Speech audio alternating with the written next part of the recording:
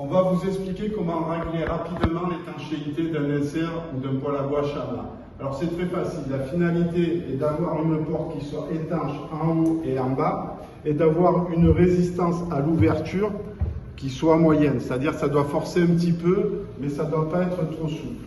Donc surtout, n'oubliez jamais que tous les réglages sur un poêle à bois se font poêle à bois froid pour éviter d'avoir des surprises lorsqu'on utilise l'appareil dans le temps. Alors on va utiliser une clé de 13 et une clé à l'aide de 4.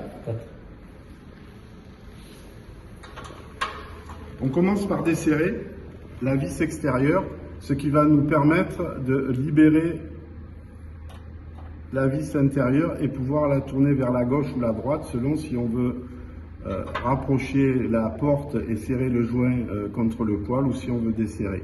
Donc une fois qu'on pense qu'on a trouvé le bon réglage, on rebloque tout avec la clé de 13 et on va fermer la porte pour essayer de voir ce que ça donne. Ça force un petit peu, on n'a pas de jeu en haut, on n'a pas de jeu en bas. Donc voilà, vous avez réglé votre porte. Il n'y a rien d'étonnant à le faire au bout de quelques semaines, voire quelques mois, puisque comme vous le savez, Shama a des grandes portes, parce qu'il y a beaucoup de modèles de la gamme qui sont très grands, et du coup qui ont un certain poids, et du coup le joint aussi est un joint qui est assez épais. Donc rapidement il peut se tasser, et le fait de pouvoir régler très facilement l'étanchéité de la porte permet d'avoir toujours un appareil qui travaille dans des conditions optimales.